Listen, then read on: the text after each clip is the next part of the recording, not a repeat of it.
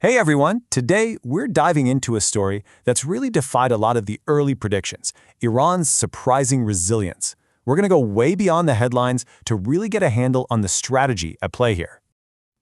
This was the question on everyone's mind when the conflict really heated up. The common thinking was that a massive, targeted attack would bring the regime to its knees, and fast. But is that what actually happened? So let's look at this. The expectation was a swift collapse, right? A popular uprising, the regime toppling, unconditional surrender. But the reality on the ground? Well, it's a completely different story. The regime isn't just surviving, it's actively retaliating. And, believe it or not, it seems to be gaining strategic confidence. So how in the world is Iran pulling this off? We're going to break it down into 4 key areas. First, we'll look at the regime's internal strength, its iron shield. Then, we'll talk about its potent energy weapon. After that, the shifting loyalties of its neighbors. And finally, we'll get into a fascinating paradox, this idea that Iran might actually be losing its way to a strategic victory. Okay, first up, the regime's iron shield. A huge reason for Iran's resilience is that its internal power structure was just massively underestimated from the get-go. And right at the heart of this strength, you've got the Islamic Revolutionary Guard Corps, the IRGC. Think of them as the sword and the shield of the Islamic Republic. They're not just some military unit, they are completely woven into the fabric of Iran's political and military leadership. So, how did the IRGC manage to survive what was basically a decapitation strategy aimed right at them?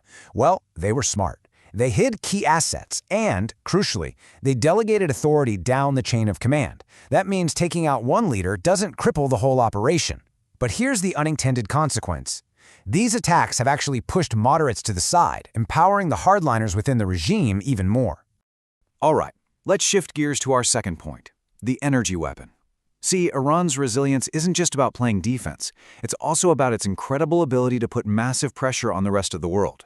And this number says it all. A full quarter, 25% of the entire world's oil and gas supply passes through the Strait of Hormuz. It's a tiny waterway that Iran can essentially threaten to shut down. That is a huge economic lever they can pull that affects basically everyone on the planet. And Iran has used this leverage in what's called a horizontal escalation strategy. It's pretty straightforward. Step 1, target the energy infrastructure of U.S. allies in the region. Step 2, threaten to squeeze traffic passing through the Strait of Hormuz. And the result? Step 3, massive inflationary pressure on the entire global economy. It creates pain for countries thousands of miles away. This brings us to our third big point. The diplomatic game is changing. And in this new game, the United States is looking more and more isolated. I mean, think about it. Even America's traditional NATO allies have pretty much stayed on the sidelines, treating this whole thing as Washington's conflict, not theirs. That lack of a united front really weakens the pressure campaign against Iran. And what's more, you have key regional players starting to hedge their bets. A totally new diplomatic track has popped up, the Islamabad Quadrilateral Dialogue. You've got Pakistan, Turkey, Saudi Arabia, and Egypt all exploring other ways to end the war. That's a huge signal of declining confidence in U.S. leadership.